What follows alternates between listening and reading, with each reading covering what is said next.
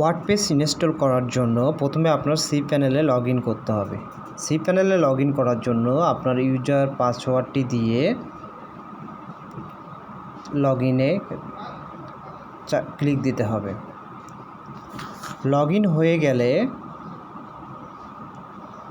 Dashboard থেকে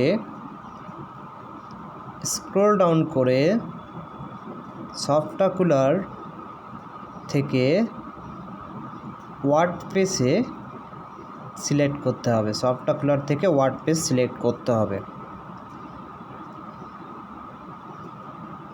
WordPress থেকে আপনাকে ইনস্টল নাওয়ে ক্লিক দিতে হবে। ইনস্টল নাওয়ে যাওয়ার পরে আপনি এখান থেকে ভার্সনটা সিলেক্ট করে দিবেন।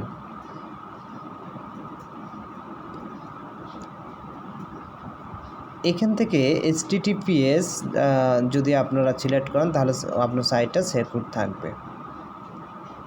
তো এরপরে আপনি আপনার ডোমেইনটা সিলেক্ট করে দেবেন। যে ডোমেইনে ওয়ার্ডপ্রেসটা ইনস্টল করতে চাচ্ছেন সেটা এখানে সিলেক্ট করে দিতে হবে। এরপর এখানে সাইট নেমটা দিতে পারেন, না হলে ডিফল্ট রাখতে পারেন, পরে চেঞ্জ করা যাবে। এরপর আমরা এই যে এখানে অ্যাডমিনটা দিব, ইউজার অ্যাডমিন। তো ইউজার অ্যাডমিন হিসাবে আমরা অ্যাডমিন রাখলাম। পাসওয়ার্ড এখানে জেনারেট করাও যেতে পারে, আপনি ম্যানুয়ালি দিতে পারেন।